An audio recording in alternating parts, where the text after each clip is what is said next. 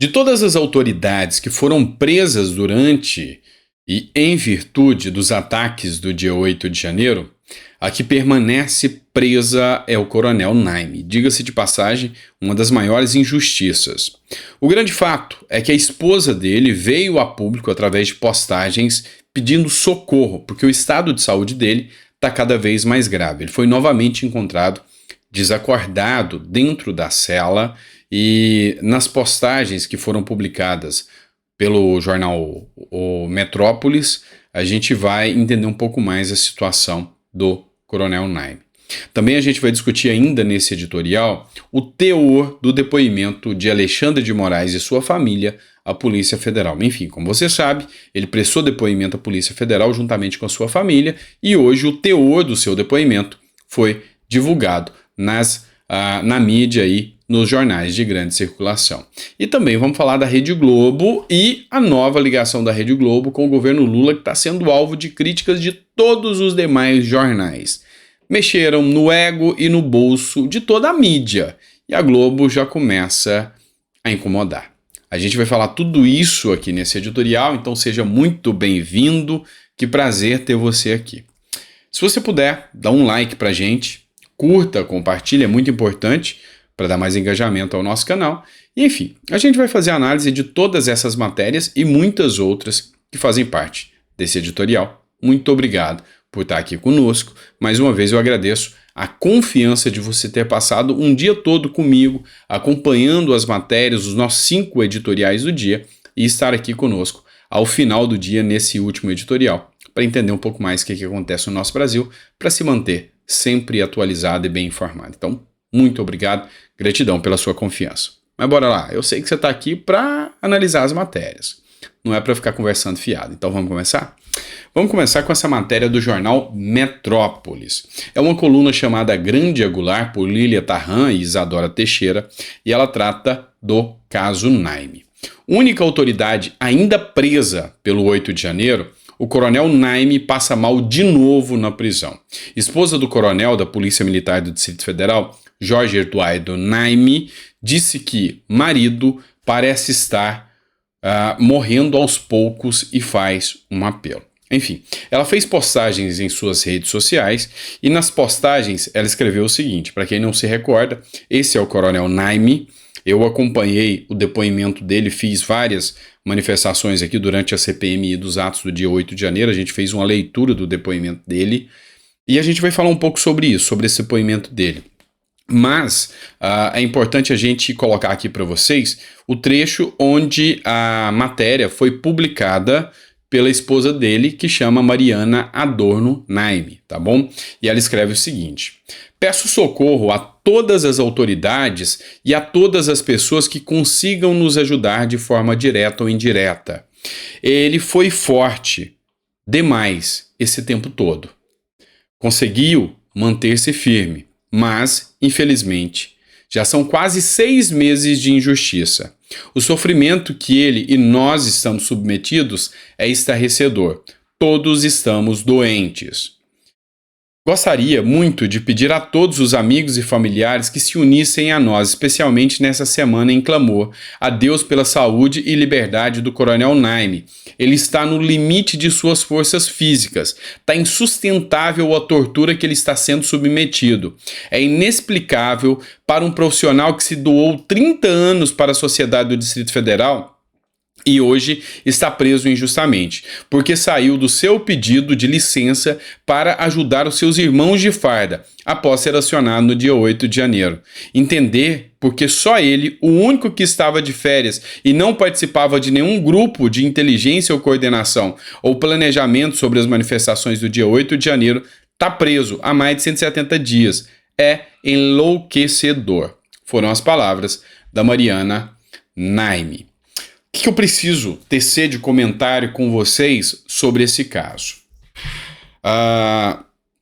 Enfim, eu acompanhei a manifestação dele no 8 de janeiro e vou tecer comentários, mas antes eu vou trazer um Twitter do Leandro Ruschel aqui para vocês, que manifestou depois dessa postagem da esposa dele.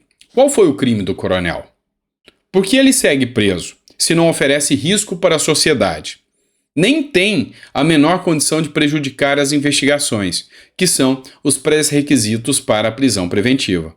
É mais um preso político.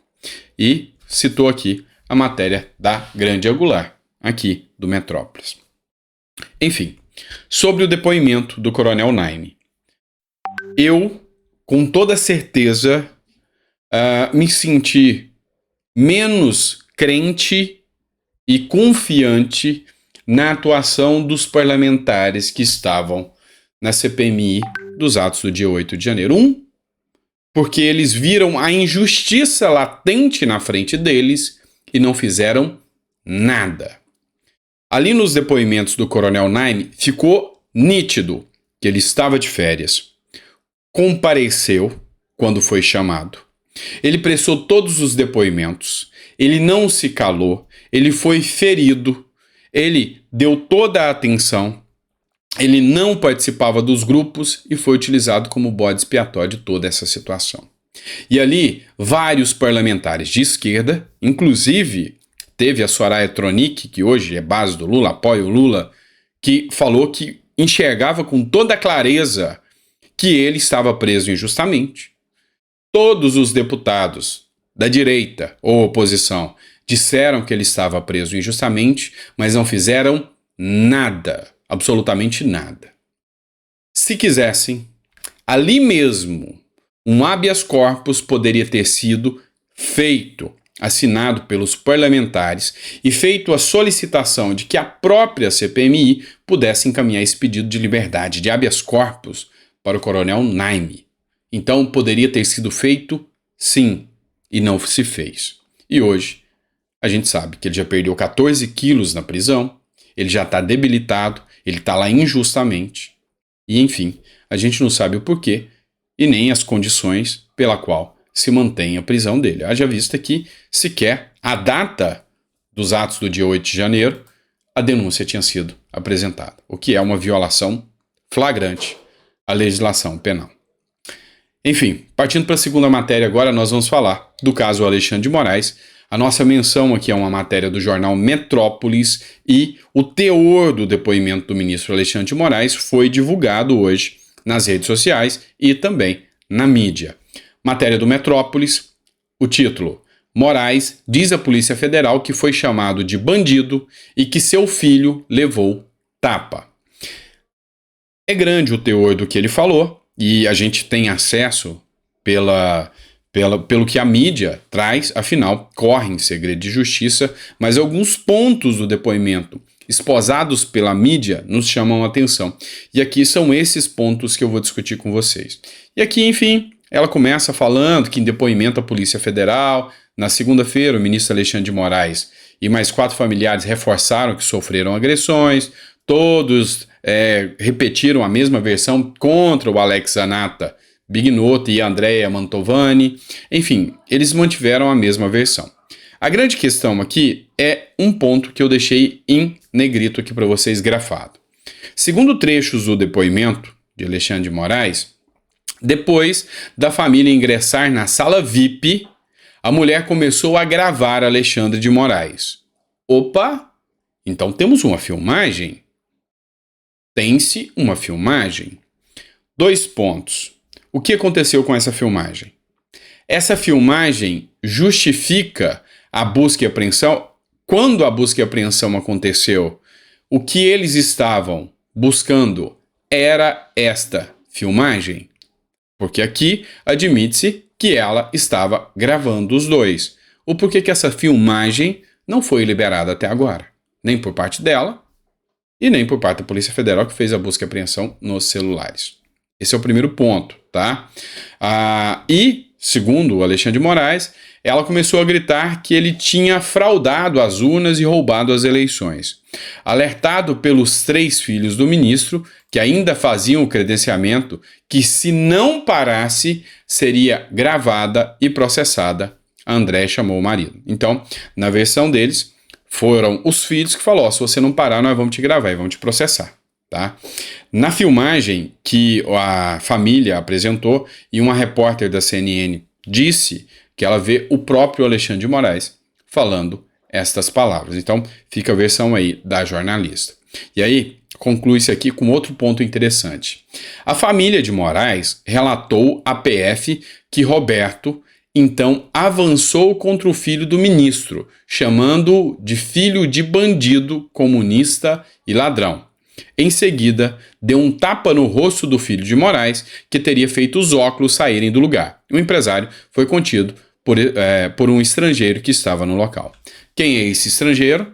Porque ele não presta depoimento, tá? Ou seja, pode ser convocado, é lógico que não pode ser, pode ser convidado, ou pode-se buscar informações, e aqui eu não estou falando nem Polícia Federal, a própria mídia poderia ir atrás, né, para saber desse depoimento.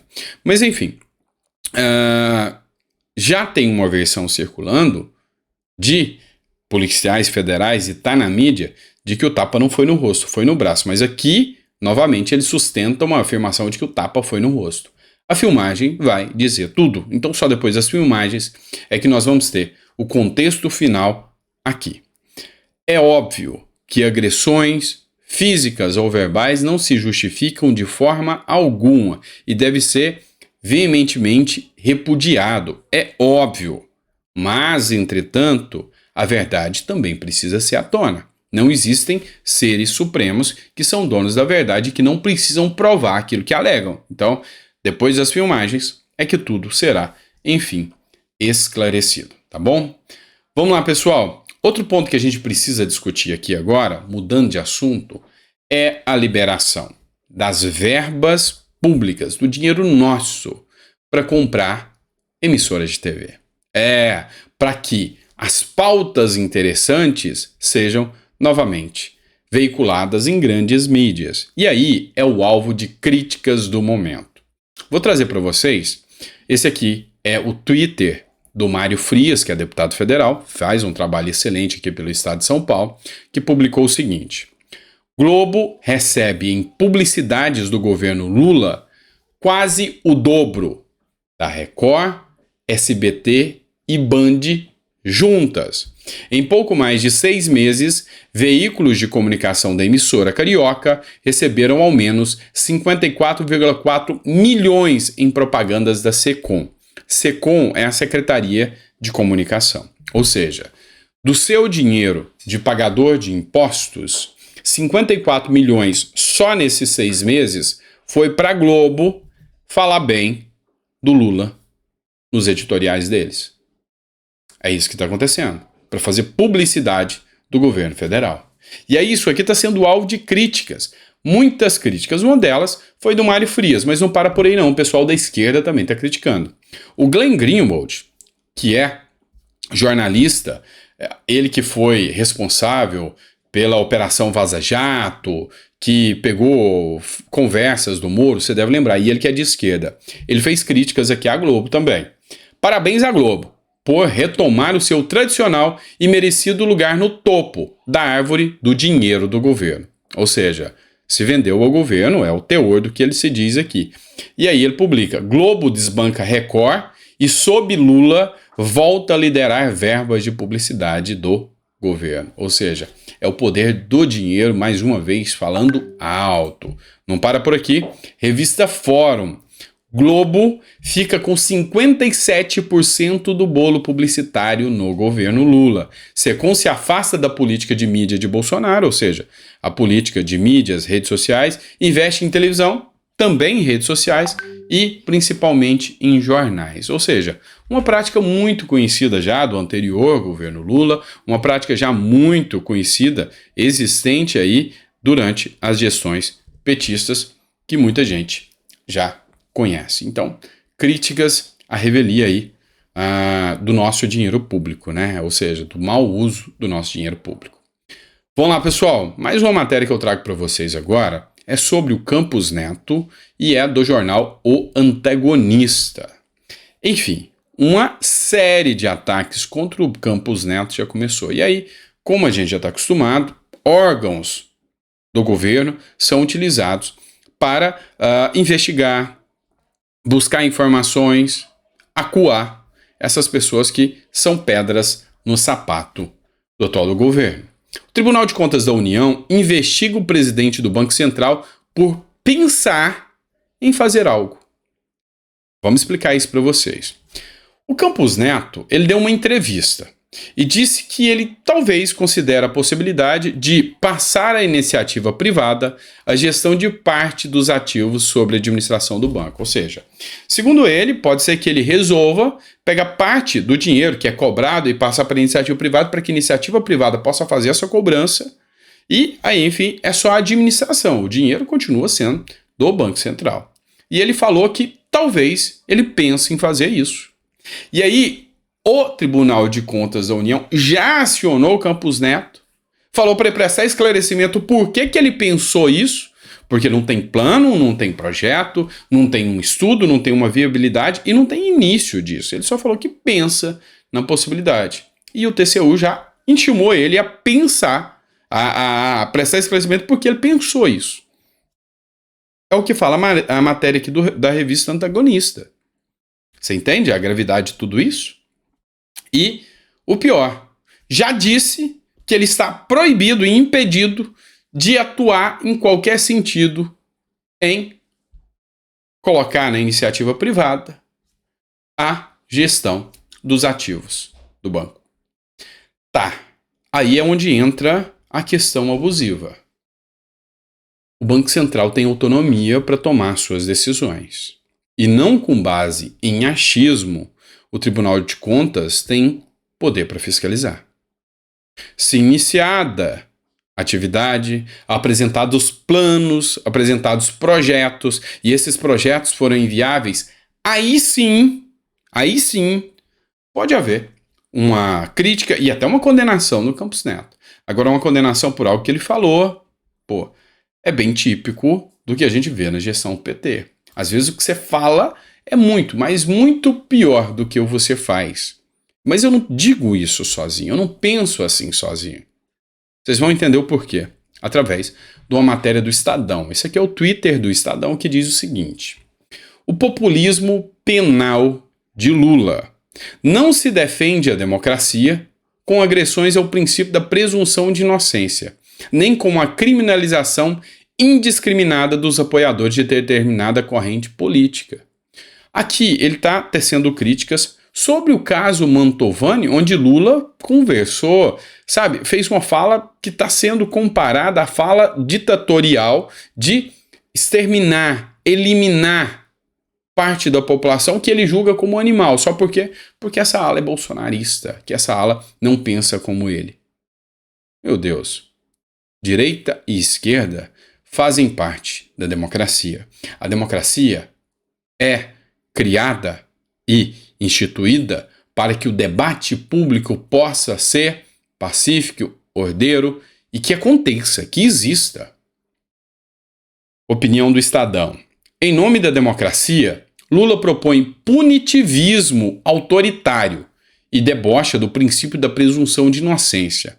É o oportunismo irresponsável de sempre que alimenta o retrocesso. Fecha aspas, palavras do Estadão. E eu temo em assinar embaixo dessas falas do Estadão por concordar plenamente com o que foi dito. Enfim, a gente está diante de uma situação onde o governo pega as narrativas mais torpes, impropérias, as narrativas mais sem sentido e transforma aquilo como se fosse crimes hediondos capazes de dar-lhe poder para aniquilar uma parte da população. Não faz sentido. Não é isso que foi a promessa de campanha dele, não é isso que até o próprio público não militante, o consciente, que votou nele esperava. Não faz sentido. E isso aqui não vai estar na grande mídia. Pouco disso vai estar na grande mídia. Vamos além, tá? O Rodrigo Lorenzoni, que é deputado estadual, ele fez uma publicação aqui tecendo críticas à atuação do ministro da Justiça, Flávio Dino, no caso Marielle. E ele diz o seguinte: já que o PT e esquerda voltaram a reconhecer o valor da delação premiada, que tal essa aqui? E aí ele cita aqui uma matéria de 2017 que diz o seguinte: Palocci diz que entregou maços de 30 mil a 50 mil a Lula em dinheiro, em proposta de delação Ex-ministro afirmou que petista recebia dinheiro para pagar as despesas pessoais. Essa matéria foi publicada no O Globo em 2017. Essa delação premiada não foi aceita. E aí ele tece críticas, fala que agora o governo resolve aceitar a delação premiada e o judiciário também aceita. É óbvio que o caso Marielle Franco é um dos casos que precisam ser solucionados, sim, e parece que já está chegando a um final, a uma solução. A grande questão aqui é que não é o único caso que precisa ser solucionado. A sociedade quer a resposta de milhares de outros casos que estão aí como uma lacuna. O que dói é a gente ver que a justiça ela é parcial demais, ela só anda quando caso A ou B é interessante às nossas autoridades. Ou seja, sabe aquela história de que todos são iguais perante a lei? Pois é, uns são mais iguais que outros. É grave, tá? Engenheiros do Havaí, vocês sabem. Última matéria para a gente comentar aqui, e é uma briga que está acontecendo agora. E quem traz essa confusão aí é o próprio Carlos Bolsonaro. O Fernando Holliday e o Thiago Pavinato, o Pavanato, não é o Pavinato, tem dois, tá? O Pavinato é o repórter, jornalista, e o Pavanato é o loirinho, que está sempre aí nas redes sociais, também é comentarista. Mas é o seguinte, tanto o Fernando Holliday quanto o Pavanato se filiaram hoje ao PL. E aí, o que a gente tem que entender é que o Holliday, Fernando Holliday, ele já foi filiado ao MBL. E nessa filiação ao MBL, durante um período, ele tecia muitas críticas ao ex-presidente Jair Messias Bolsonaro. Depois, ele se juntou ao bolsonarismo, pediu desculpas ao bolsonarismo, falou que errou muito, que entende que ele estava errado ao criticar o Bolsonaro, porque ele entende que o governo PT ia voltar e que o PT era muito pior. Quem não gostou nada disso, do Fernando Holliday ter agora entrado no PL, foi o Carlos Bolsonaro, que se manifestou da seguinte forma. Carlos Bolsonaro manda indireta a Holliday, ou seja, o Fernando Holliday, um bunda suja. Carlos Bolsonaro mandou indireta a Fernando Holliday no dia da filiação do vereador ao PL nessa terça-feira. O filho do ex-presidente citou oportunismo dos que já criticaram Jair Bolsonaro no passado. O recado deixou claro que as críticas de Holliday durante o governo de Bolsonaro não foram esquecidas pela família. Abre aspas para a fala do Carlos Bolsonaro. Agora que tornaram o presidente Jair Bolsonaro inelegível, os que passaram todos os dias dos últimos anos criticando sua gestão, hoje tentam colar seu nome com o dele para limpar a sua bunda suja em sua cara. Atacou Carlos Bolsonaro em seu perfil do Twitter. Aí ela continua. Absolutamente nada disso é por convicção, mas somente por oportunismo. Completou também o vereador do Rio de Janeiro. É lógico que se você está me assistindo, você quer uma opinião sobre esse caso. E eu discordo completamente do Carlos Bolsonaro. Talvez é importante que você coloque sua opinião aqui, tá? Coloque a sua opinião para ver se você concorda comigo ou não. A pergunta que eu vou te fazer é: você concorda com o Carlos Bolsonaro que uma pessoa que critica o Bolsonaro uma vez, ele tem que continuar criticando a vida inteira, ele não pode mudar de posicionamento e tem que continuar criticando, seria melhor. Então, muito melhor se Holliday continuasse no MBL criticando o Bolsonaro o tempo todo. O inverso também.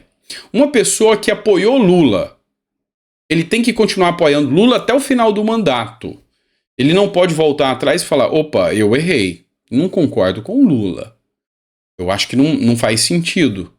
O Lula está fazendo coisas erradas. Não, mas se ele apoiou o Lula uma vez, ele tem que apoiar o resto da vida. Ou se criticou o Lula uma vez, tem que criticar o resto da vida. Se criticou o Bolsonaro uma vez, tem que criticar o resto da vida. Ou se apoiou o Bolsonaro, nunca pode criticar o Bolsonaro. É essa a visão? Se é, tá errada na minha visão. No meu ponto de vista. Eu critiquei o Bolsonaro. Vocês sabem disso. Eu critico o Lula. Eu elogio o Bolsonaro. E às vezes eu elogio o Lula. Porque não se trata de pessoas, se tratam de ações. Essa é a minha visão. Enfim, quando uma pauta é positiva, ela merece ser elogiada, independente de quem quer que seja. E é assim que funciona. É assim que funciona. E quando a pauta é negativa, você vai criticar. É simples assim. Você quer um exemplo? Eu fiz críticas porque eu não concordo nem um pouco com a nomeação do Zanin como ministro do STF. É legal, mas não é moral na minha visão. Por quê? Porque ele é uma pessoa alinhada ao Lula e ele será responsável por julgar o Lula. Ok? O Bolsonaro falou que isso faz parte do jogo e tá tudo certo. Critiquei. O Flávio Bolsonaro elogiou esse ponto. Eu critiquei. Agora quer dizer que se o cara acertar, eu tenho que continuar criticando? É isso. Então, eu discordo veementemente da postura e acho que a direita perdeu muito, e acho que a esquerda também perde muito ao manter essa linha de polaridade, bolhas. Sabe aquelas bolhas? Essa bolha aqui, você nunca pode elogiar. Por exemplo, eu critiquei o Tarcísio porque eu acho que ele errou no caso da reforma tributária. Mas agora, o Tarcísio acaba de trazer 170 bilhões de reais para o Estado de São Paulo em investimentos. Ora, mas se eu critiquei o Tarcísio, vamos continuar criticando. Não é a lógica? Não, não é a lógica. Esse tipo de pensamento é um pensamento infantil, imaturo, e é um tipo de pensamento que não agrega em nada à política. Ok, parabéns então, Fernando Holliday. Na visão de Carlos Bolsonaro, continue criticando Bolsonaro, não se filie ao PL, não ajude Bolsonaro. Essa é a visão polarizada do Carlos Bolsonaro. Enfim, e aí? O que você acha sobre isso?